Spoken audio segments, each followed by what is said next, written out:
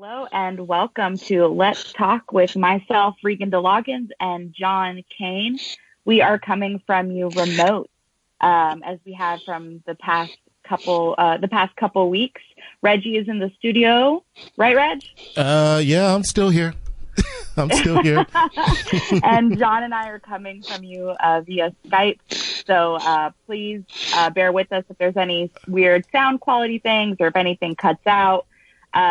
Because we are doing the best that we can. So, you there? I think we're trying to we're going to reconnect with John again. I think we're having some issues here, but Regan, you know what to do. Oh, I got this. Absolutely. Just wanted to make sure. Yeah. So, what can we talk about other than COVID-19? I guess COVID-19. Many of us here in Lenape-Hooking in occupied New York City have been dealing with being the epicenter of the global pandemic as it is here in the occupied United States. And John, is that you? John, are you there? Yeah, I'm here. Sorry, Lord, I don't know. Skype keeps cutting us out in and out. I guess we'll see what happens. No, hey Reggie, I just messaged you. Yes, I saw it. Did you get that? I saw that. I saw that. Okay. All right. Great. I was just giving a brief introduction to what we're going to be talking about today. John has brought in a guest, and so I'll leave it to you to introduce her then. All right. So a dear friend of mine who I've known for many years. We have a lot of common friends, and his wife. Both of them have been friends of mine for a number of years. And the friend of mine who's Choctaw, Ben Carnes, passed away back in January. And he had a long, just real nasty battle with cancer. And of course, he also battled some of the infrastructure issues associated with treatment and all that other stuff. But and through it all, his wife Kat was trying to maintain her work as a RN in general, and obviously struggling to often couldn't even travel with Ben when he was going through treatment and that kind of stuff. But Ben lost that battle back in January, just as COVID-19 was really starting to show itself, especially to Americans and to people on this continent. And in that struggle that Kat was going through just with her own grief and mourning, she decided to become a crisis nurse and is now working in New York as an RN at the NYU Langone Hospital right there in Brooklyn.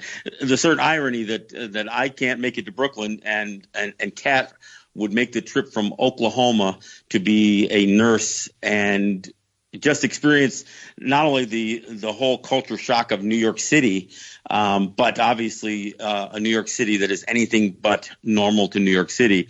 So Kat is our guest today, and I know she's a little nervous, so we'll work this through as best we can. So let me go ahead and introduce Kat Carnes as our guest today for Let's Talk. Kat, thank you for joining us. Hi guys. Hi, Kat. Hi, Kat. Hi. Kat, let me introduce you to my co-host, Regan and John. Regan, you'll tell her where you're from and some of your connection. Oh, yeah, Kat, I was really excited to hear that you married into Choctaw Nation. I am Choctaw myself, so welcome to the family. Hey. Well, let's... I guess from the start, one of the things I had to ask when I first, we follow each other on Facebook, so I've been watching a lot of what you've been doing. Tell me a little bit how you made the decision that you were going to go into to the hot zone of COVID-19, and I know it was you and a friend of yours, I think, that both signed up to go to New York. Is that correct? Yes, Emily Hankins.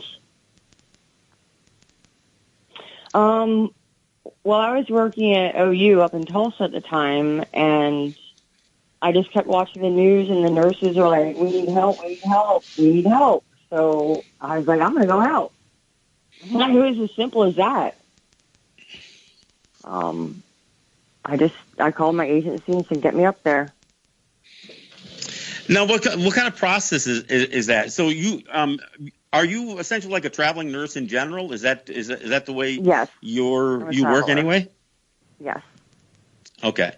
I had to do that when Ben got sick so I could pay the bills. Oh no, I hear that. I hear that. So, I mean, would you in any way suggest that part of your process of dealing even with everything that you went through, that you and Ben had to go through, would you consider this part of your process for even I guess responding or mourning or grieving? I really don't, actually. That's just how our family was and is, that, when someone needs help, you go help. Right. Right. Well, I mean, obviously, for you and I assume thousands of other nurses and medical personnel that are willing to place your own self in jeopardy going to someplace like New York, it's obviously greatly appreciated. And look, not everybody is built to do that. So tell me a little bit about what you're experiencing there in New York, and tell me a little bit about the process. I mean, getting there to New York, getting settled in, and then basically getting throwing yourself onto the front line. The normal process for going through an agency is they submit you, you do an interview. Usually it's a video interview. You don't actually talk to someone until later if they accept you and look at your resume. The process with this is they submit you and then you're hired. There is no process. They need people. Our hospital hired over 300 nurses, 300 travelers. It was that bad. So it's a little bit different this time around. And if you're going to, think about coming up here, you better be hardcore. I mean, it's rugged. I really don't have any words for it. Well, I saw some of your posts on Facebook, and you talk about just the stress of not only, not just trying to treat people, but just you're experiencing quite a number of losses, obviously, at that hospital. New York City in general is, and that kind of just adds, just knowing that in your best efforts sometimes aren't enough to help somebody through this. The majority of the time, they're not. Wow. So, you would actually say the majority? Oh. What? You would actually say the majority of the time, most of the people, at least the ones that you're seeing, are not making it through? The high amount of deaths every night, it's just, I really don't have words for it. I mean, there's code after code over the loudspeaker, and at one point we were coding 3 people on our unit at the same time, and it's heartbreaking. I'm not really good with this. No, I hear you. And obviously, in all of your experience working in the profession, you've never experienced anything even remotely like this, I've got to assume. In the normal world before COVID, I would lose, working in ICU, I'd lose maybe one patient every couple months. And now we're coding and doing compression. No, it's fine. We're doing compressions on, I'm working over in Augustana, which is not in the hospital. They opened a place across the street to handle the overflow. So I work over there, and it's just code after code. And it's quick, and they go fast. I'd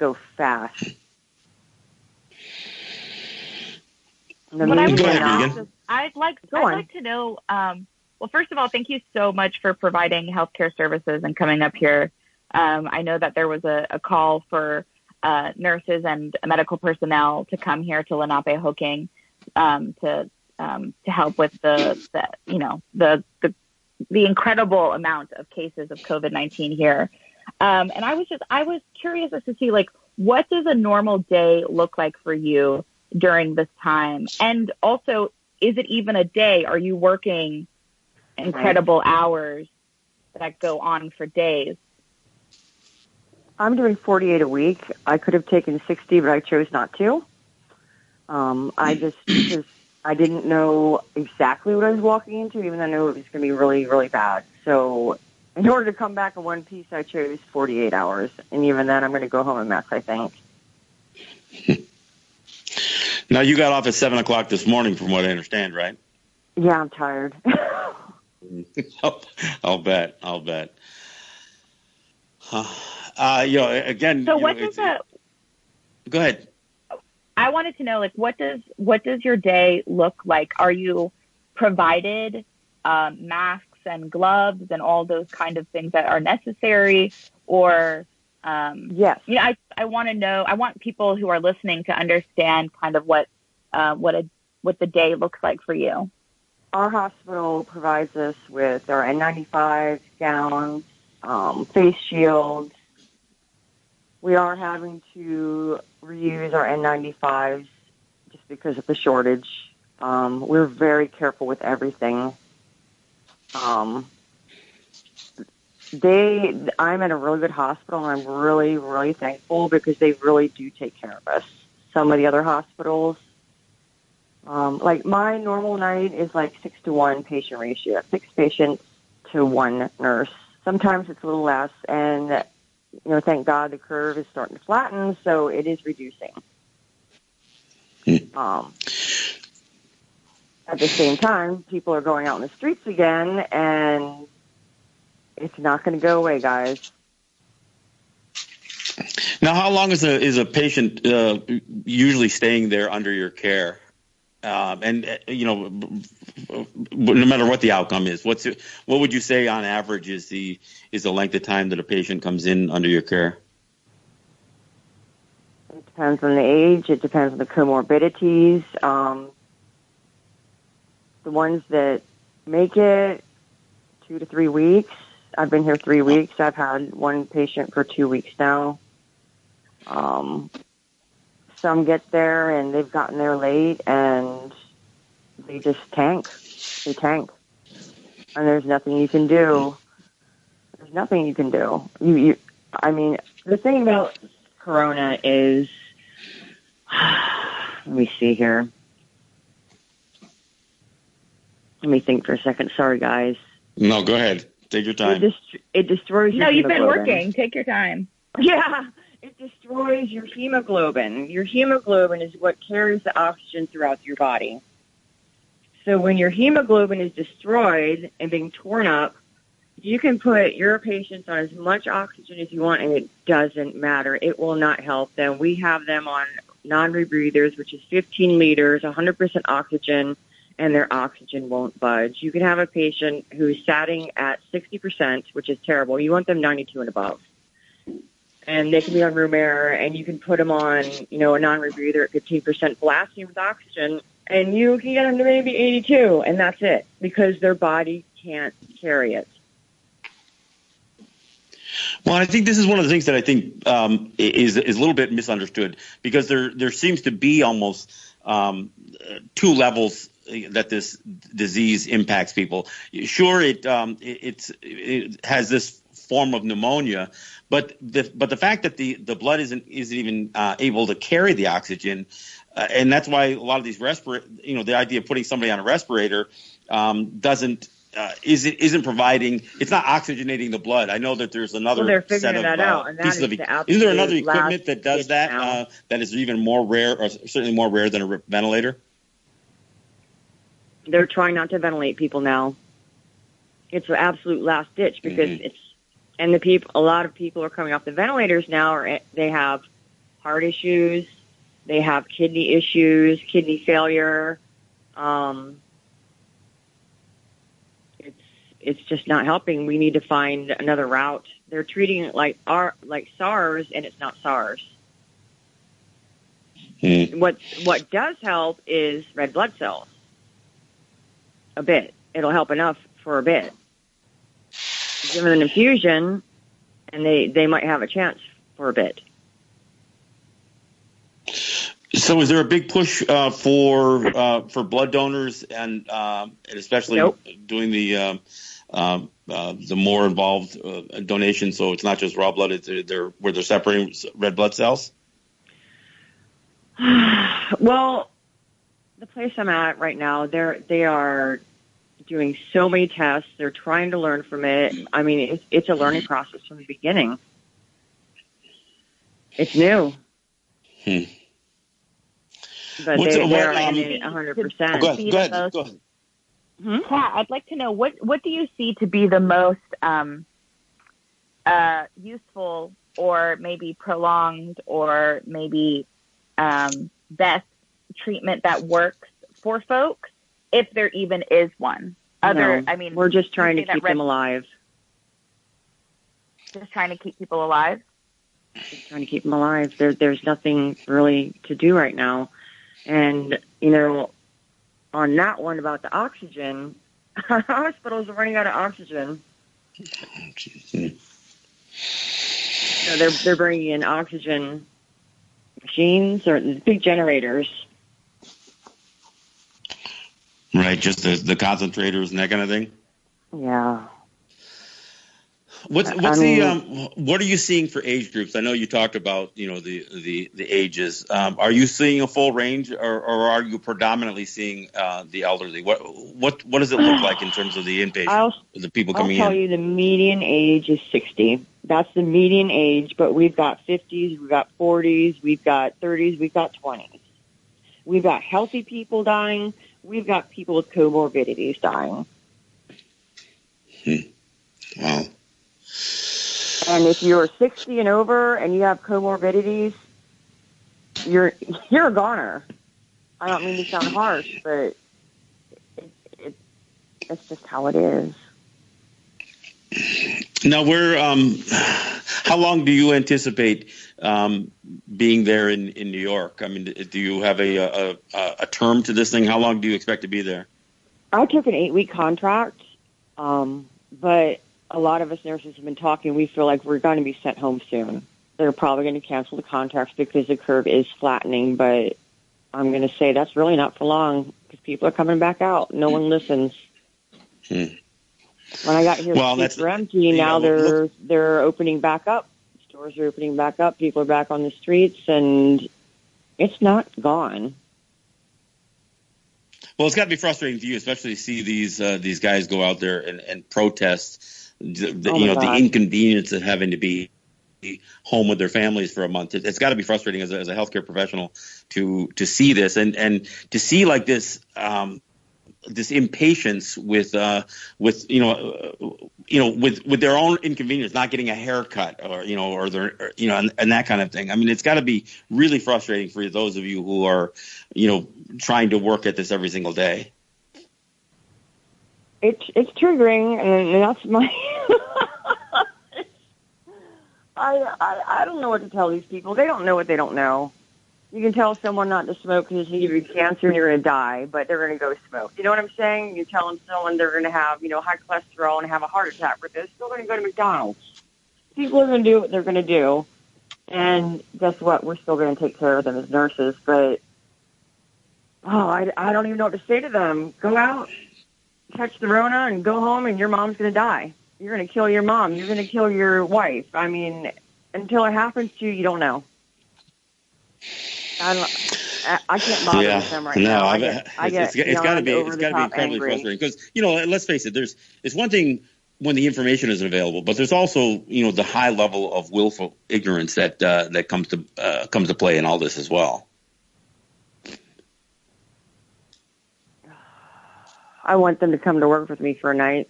They'll change their mind really quick. Yeah, I'll bet. They'll see the 2 50-foot freezer trucks out front for the bodies. It's not a hoax. I don't get it. I don't get it. And then I listen to the news and I'm like, well, that's wrong too. I'm just listening to the healthcare professionals. We're going to tell you the truth. Well, I got to tell you, let me just get this one piece out, and because I've mentioned it a few times on my show, but even when Fauci and Birx decided that they could downgrade their prediction on loss of life on this thing. I was like blown away with that. I mean, here we sit right now where there's probably just about 50,000 people in the United States that have passed away because of this, and they had lowered their prediction down to 60,000. I mean, it seems like the United States is going to reach 60,000 by early next week. And it doesn't make any sense to me. I don't know if this is about trying to put false hope out there or just trying to accommodate, some of the, I don't know, the will of the administration. But when the people who are supposed to be the most trusted are putting information that is somewhat suspect, I mean, even the whole, malaria treatment that, that the president was trying to advocate. Not helping. It just seems, it makes it difficult because there are people who are like yourself and so many others that are out there trying to do this. And look, I'm not trying to be overly critical of Fauci. I know he's been at this for a long time, but that one piece of information that they put out there, and they only downgraded that thing only about a week and a half ago. And I, looking at the same data that they're putting out there in terms of numbers, I didn't see how that was possible. Look, they don't know how many died. They don't. In the beginning, and when it was going on, people didn't even know. People were dying from pneumonia, quote, pneumonia. People have died. They don't know. They don't have an exact number. They can't say, and they can't downgrade because they don't know. And right before all this started, there were patients coming in who had pneumonia, and guess what? It was responding to antibiotics. That's COVID. So when they die, it's pneumonia. Well, and that's one of the other conspiracies that gets thrown out there. People who died who didn't even go in, I mean, they can't say. I mean, they're making a guess. The corporations are losing money. It goes from the bottom up. If you don't have the people working, guess what? The rich are getting poorer. Right. Who runs the news, John? Mm-hmm. Who controls the news? The corporations. Sorry. No, go on. No, I'm sorry. I think there's a lag on my end, so I don't mean to interrupt you. I always feel like there's a pause, and then so I apologize. What I was wondering is, we're talking a lot about what is happening about in reference to what the news is portraying. And we have to understand that the news, unfortunately, is often biased and will report things incorrectly, which sucks because our intention, I feel as though the intention is to provide truth occasionally. So my question to you really is, what is being, and maybe you've been here for 3 weeks, so you can't answer this correctly, but I would be curious to know, what is being told about COVID-19 here in New York, in Indian country, or in Oklahoma? What is is the gravity of the situation being truly expressed, or is it being or is it not? I'm just curious as to what the news is back in Oklahoma.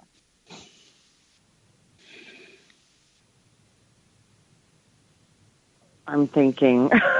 I stopped watching the news. No problem. Honestly.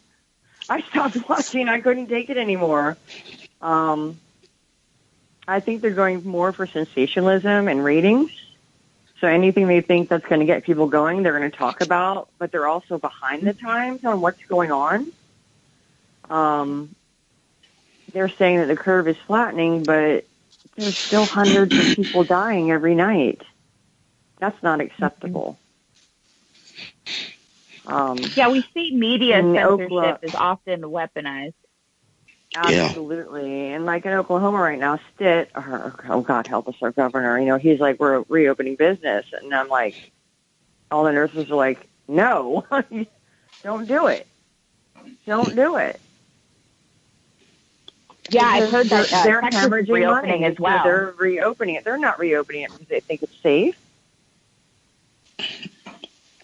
No, it's a calculation on what they're willing to risk because of finances and that kind of thing. I mean, Georgia, same thing. I mean, the governor down there is approving the opening of massage parlors and hairdressers and even tattoo artists from what I understood. I'm like, they can what get are you COVID thinking? with a brand new tattoo and new eyelash extensions, and they'll be looking real good when they're gone.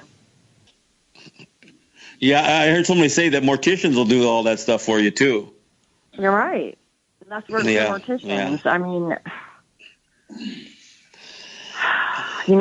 like I said before, you don't know until you know. Until they see their loved ones dying, it's not going to hit them, and they're not going to wake up because, Oklahoma's more rural. It's not packed like New York City, so they're not having, the same level. Mm-hmm.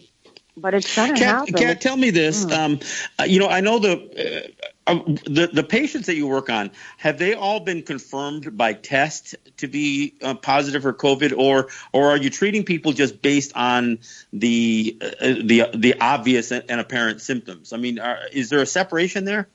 They do 2 tests to make sure. Sometimes the test can be wrong, and so we'll have rule-outs. We'll have people that are rule-outs, and we'll have people that are positive for sure. Mm-hmm. After the second test, can you tell me what the 2 tests are? They're nasal swabs, and you don't want it. Like when they test you for the flu, they wiggle it around your nose a little bit, get it up in there. This one goes all the way back. All the way back. They're roto-rooting your whole nasal passage all the way back, as far as it'll go. And it's a big old swab. Yeah, I heard it goes so far back in there it makes your eyes tear because it's almost back to the optic nerve back in there. Yeah, it'll do more than make your eyes tear. Yeah. So I mean, you do get some. You are getting false negatives though. Is that what you're saying? It does happen. Mm-hmm. It does happen. Nothing's perfect. Sure.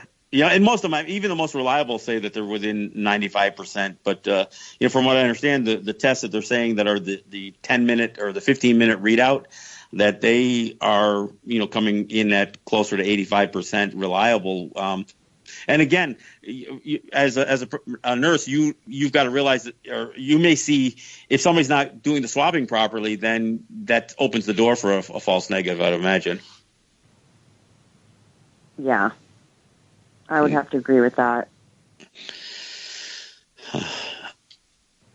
Well, is it, like I said, go ahead, Regan, please. What I was going to ask Kat is, I was curious as to how reliable the nasal swab test is. If I've been reading a number of things that saying that it is pretty reliable, but also there's a lot of false negatives as well. So I was wondering just your personal opinion, if it is. If you feel that this is a reliable test to prove positivity. I don't know the numbers, but I would say yes, and that's why they do 2. Yeah, so one positive will obviously override an initial negative or false negative. And I assume they test somebody because if they show all these symptoms and are still coming back as negative, they feel compelled to give it another shot to see if it was just a bad reading. Yeah. Yeah, okay. Agreed. Well, all I can say, Kat, is look, I want to give you my personal thanks for obviously this is a profession that you chose, but nobody chose to be in a situation like to ever have to experience this. But you did make a choice to come to New York, knowing how extreme the situation is there. And from what I understand, you even entertained the possibility if you don't get your contract renewed, seeing what's if they're looking for help in Navajo territory. Is that correct, or did I misread something? I did ask my agency, is there something out there? And I told her, I don't care about the pay. I want to go help there, but it wouldn't be IHS because they don't hire travelers. It would be at one of the major hospitals. We'd have to see. Well, I know your experience with IHS because of everything that you and Ben went through, and of course all of the bureaucratic stuff is just that's a story all by itself. Yeah. Well, again, Kat, I want to thank you so much for not only joining me on the show, but for just doing what you're doing. And of course, when that thanks goes out, and Reggie does the promotes the applause every evening at 7 p.m. And look, I throw my my support to all of you for doing what you're doing. And I want to thank you for joining Regan and I on the show today. I greatly appreciate it. Thanks for having me, guys. Well, you take care of yourself. Thank you so much. Yeah, and we'll stay in guys. touch. We'll stay in touch. So Absolutely. And if you do make it out to Navajo territory, well, maybe we'll catch up with you again. All right. You guys take care. All right, you take care of yourself. Get your rest, and jump back in it. I guess we'll keep up the good work. All right. Bye-bye. All right, Regan. We'll take a break here, and when we come back, we'll go ahead and do some calls. I know we're a shortened show today, but we'll go ahead and try to take some phone calls. And I do want to remind people that part of the reason we're a 1 hour show today is because we are.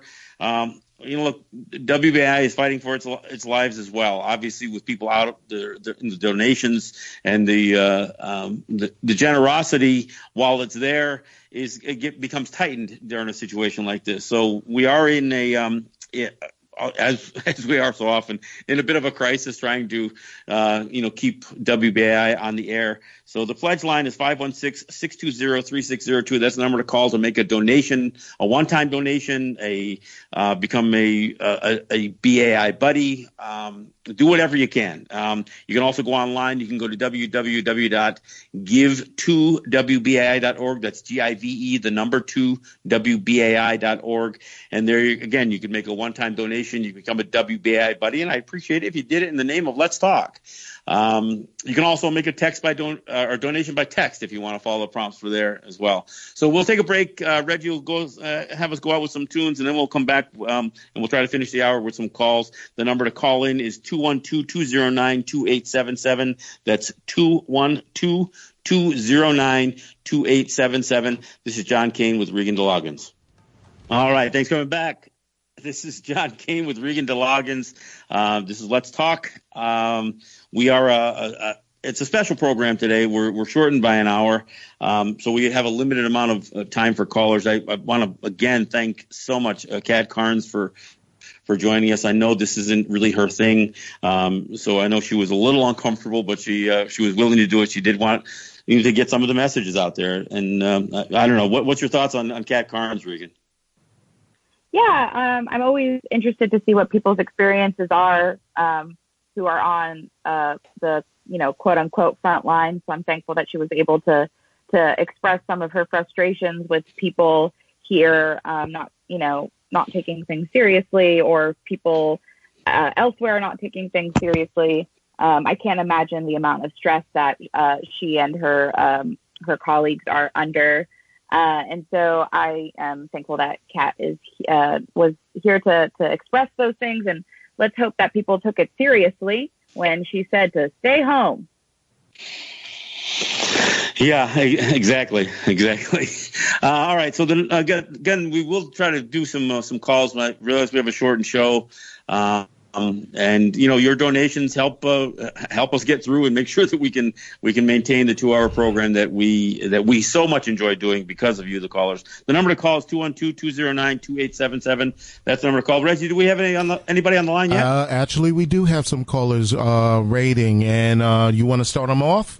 Sure, let's go for it. Okay. All right, caller, you are up with John and Regan. Tell us your name and where you're calling from. Yes, greetings to the beloved family. This is Mayat in the cave.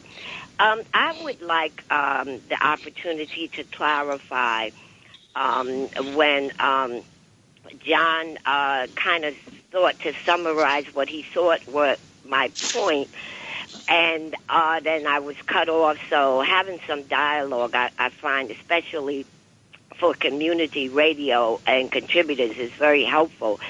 My point was not about Wicca. And, Regan, I want to say that I had heard you at the beginning talking about a certain type of sacredness with the ayahuasca ritual and not wanting it to be co-opted. And a lot of us also appreciate the visioning, the divination, all of that in the indigenous community. So, but my point was, I had started out with a novel, and I was framing my point as if I were presenting some ideas to a novel. One point I wanted to make was that Amy Goodman had done a piece documenting and making us aware of the lack of water and sanitation on the Navajo and the Pueblo nations. I also wanted to put out a point regarding in 2017. In other words, we don't have to jump to any conclusions, but I think it's sort of like a puzzle. Putting everything on the table is important. So I heard a clip on the geoengineering PRN program of Dean Wigington, where Dr. Anthony Fauci in 2017, and in his voice, said that there would be a coming pandemic during the Trump administration. And that's what I want to say. I appreciate clarifying, and I look forward to stay tuned in and about having some dialogue and clarification of where people are coming from and the points they're trying to make. Thank you. Thank you for calling. All right, thanks, Maya. And look, I just didn't want to get into a conversation about look. There's a difference between making scientific predictions about coming pandemics, and we know that that's been done. But there's also a lot of some of this can devolve into conspiracies about seeing to it that some of these things happen, and some of it can also devolve into other conversations. And I just didn't want to necessarily go there. So if I cut you off too short last week, then I apologize for that. But let's go. Let's move along, Reggie. Who else we got? Okay, caller, you're on with John and Regan. Tell us your name and where you're calling from. My name is Michael, and I'm calling from downtown Manhattan. Michael, thanks for joining us. Yes, sir. I tuned in kind of late to your program, but I did want to share something with you, and I'm sorry, I didn't catch your name. I'm John Kane, and my co-host is Regan DeLoggins. And if you caught any of the show before or earlier, Kat Carnes was our guest. She is a traveling nurse who came from Oklahoma to work there in Brooklyn. I heard the very tail end of that conversation, but what I wanted to share with you, did you say your name was John? Yes, John. John, I wanted to share something with you. I'm 77 years old. I've lived through 7 wars. I was born in 1943, so I was born right in the middle of World War II. Unfortunately, my father was killed when I was 1 year old. He was a soldier, American soldier. But I was walking into Chinatown. I live near the East River, but I took a long hike into Chinatown. I was looking for a post office to buy some stamps because the 2 post offices in the Lower East Side here where I live were both, one was closed, the other one didn't do any retail business. So I was going into Chinatown, and I happened to stumble onto a statue of Confucius. And below the statue was an inscription, and it said, "The great principle of Confucius," and then it described his teachings, which is to help widows and orphans, to help the elderly, to help your neighbor, to be interested in people that are not your immediate family. For example, they said your parents are not just your parents. All your elderly people are your parents. Your children are not your only children. All the children in the world are your children. And it sounded, the moral values sounded very much like Judaism and Christianity. And I was thinking to myself that I've been on this earth for 77 years, and I have seen a great deal of what I call indifference or cruelty, the lack of any real caring or compassion. I mean, there is a small number of people that are doing heroic work right now because of the pandemic. But in general, and my building, I believe, is a typical American building. The coldness and indifference. Like, for example, my mother, may her soul rest in peace, when she would come to visit me, she would say she could feel the emotional coldness, the emotional indifference, the vibrational feeling in the building was one of coldness. I'm just going to share with you, I do believe that our society attracts wars, pandemics, and terrorist attacks. Our society is like a magnet that attracts wickedness because we're radiating wickedness. I mean, I saw a photograph of a homeless man this morning in a local newspaper, and I understand there are thousands and thousands of homeless people sleeping on streets, sidewalks. This man was sleeping on the floor of a subway station. This is one of the richest countries in the world, one of the richest cities in the world. There are cars, these $20,000 cars lined up everywhere. There are thousands and thousands of cars. We can afford personal pleasure, but we can't afford to help even the people that are disabled or people that are poor. And I do believe that we're attracting this pandemic, and that the pandemic is actually a positive thing. Well, let me go ahead and address. I mean, look, there's a part of me, and I've talked about this a lot on both my shows in New York and the ones back home, which is, and I talk about the lack of community and in the sense that that relationships have gone so badly, and what has become human nature lacks humanity, and so on that I agree. Whether we attract evil or wickedness because of our behavior, or whether we breed some of it, I think is probably more accurate than whether we attract it. And so on that I agree. There's no way that in any way, shape, or form that I could see the idea of 50,000 people dying as in this pandemic as a positive thing. And I know people would say some of the skies are clear and that there's overpopulation and everything else, but the idea of human suffering, I could never look at as something that is a positive thing. So on that note, I disagree. I don't know what your thoughts are, Regan.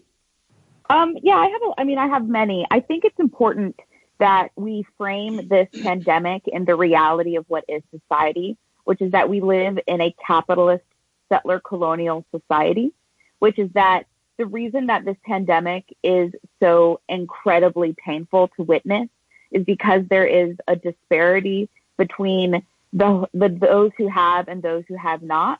And this is really showing the have-nots, and it's really showing how capitalism has failed us as a society within our communities, within local medical care, within global medical care.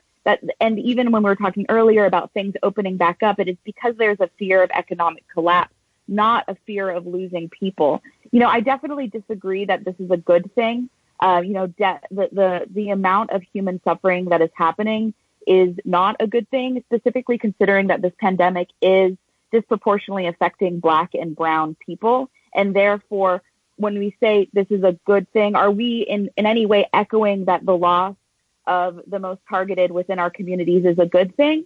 No, that's just eco-fascism. That's just white supremacy. I understand that there definitely is this conversation that, the earth is healing, and look what COVID has done with less people, participating in harmful, industry. Yes, but that should remind us that we should practice that post-COVID-19, that maybe we should be coming down harsher on industries that benefit from environmental terrorism, from environmental rape, from resource extraction. It isn't people that the issue that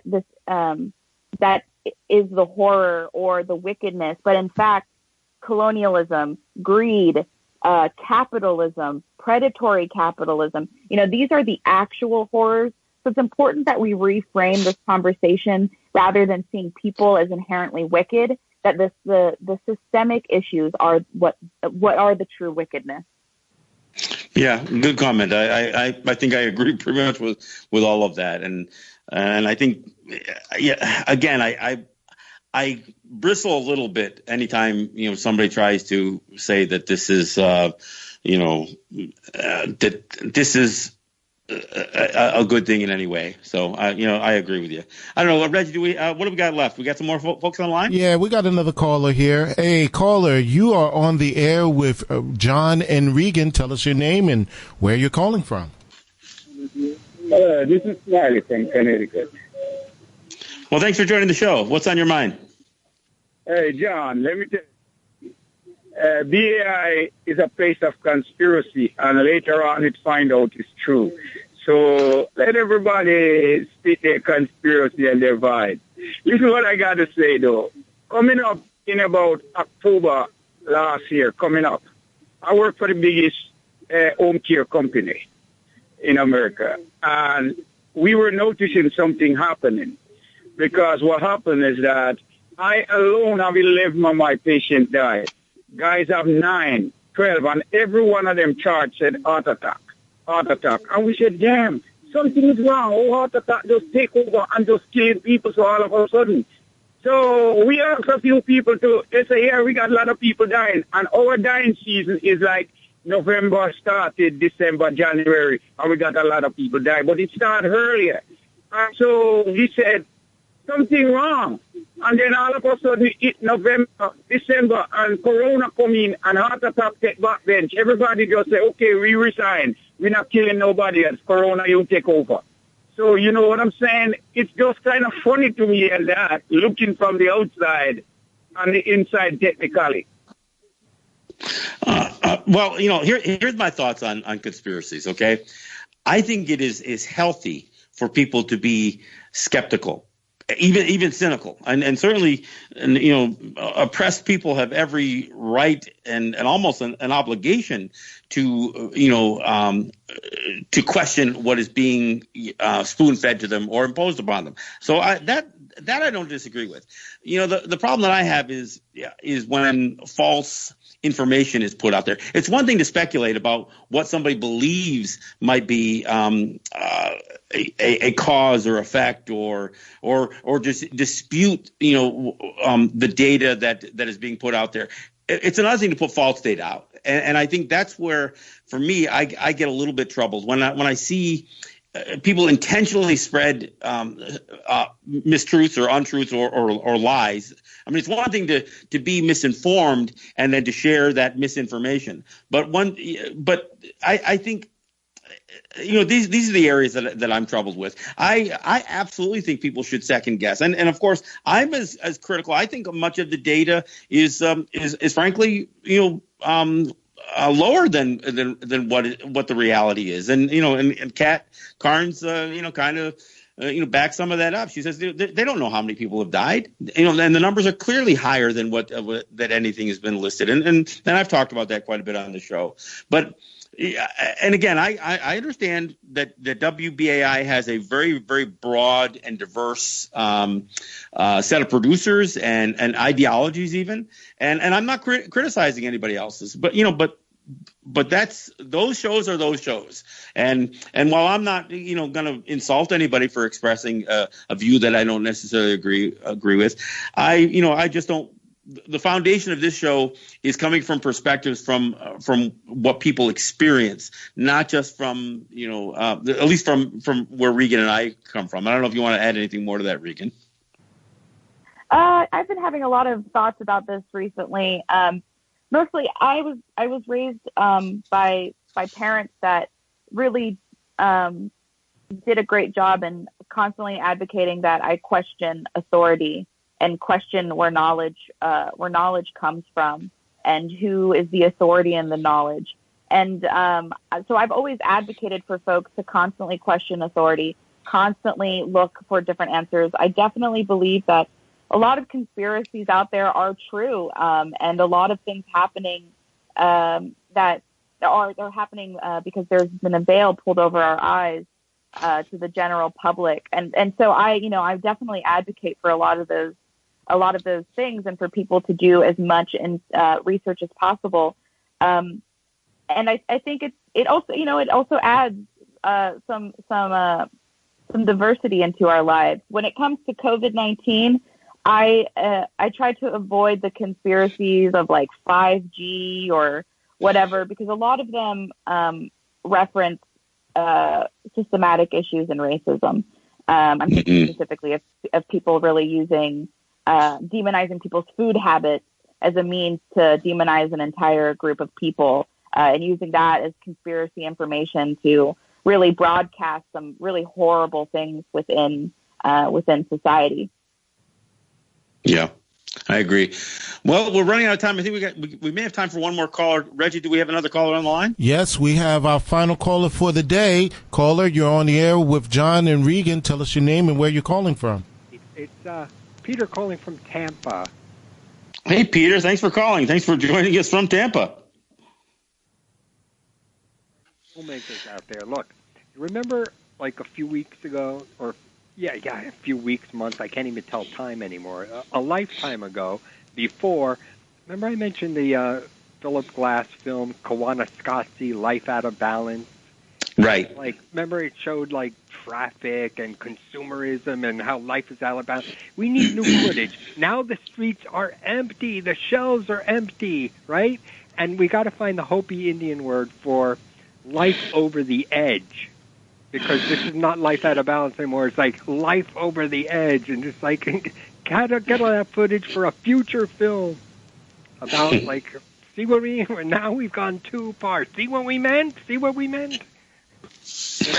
No, and I'm glad you brought up that film when you did, and you're right. I mean, you look at some of the dramatic changes that occur only, frankly, after a couple of weeks. One of the things that, again, Regan and I both talk a lot is the failure of capitalism and how much this has revealed more of that failure. I mean, honestly, there's no way in hell you could suggest that you have a strong economy if people don't have enough money to get through a week. Or you could have such a run on products the way, I mean, the failure of it all has been demonstrated here. And you're right. When you look at where we are at and where we are in terms of over the edge, one of the things that comes to mind has been the methane emissions. They say the amount of methane that's entering the atmosphere now is now beyond what could be stopped by ceasing fracking or any of the other stuff, because of the amount of methane coming from warmer ocean bottoms and from the melting of tundra and some of the Arctic ice, and the more methane that's produced, the more greenhouse gases and the more the Earth warms. So it's like, we have gone over a cliff. I just wanted to add something, guys, is that what Michael was saying before, the sequel to Kawakaski was Powakaski, and that means life and transformation. So maybe that's the film he's thinking about already, because there was already one that was made 32 years ago. Mm-hmm. So just adding that to that. Well, thanks. And that was Peter, by the way, Peter from Tampa. Peter, I'm sorry, Peter. I appreciate not that. Not Michael, Peter. That's right. Regan, any final thoughts before we go to news? No. I just wanted to thank Kat Carnes again for joining us, and thankful for the callers always for being so committed and driving the conversation. And thanks to you, John and Reggie, for maintaining this. And I guess I'll see y'all next week. Well, I hope we'll see we don't know what's happening with the schedule. I'll keep people posted on whether we're on or off next week. I'm not sure at this point. I do have Bob Hennelly that I do have planned to join me with our next broadcast, and Bob has a lot of information on as an investigative journalist, so I'm looking forward to that as well. So hopefully we do that next week. We'll see. Again, thanks to you, Regan. Thanks to you, Reggie, and we'll see you when we see you.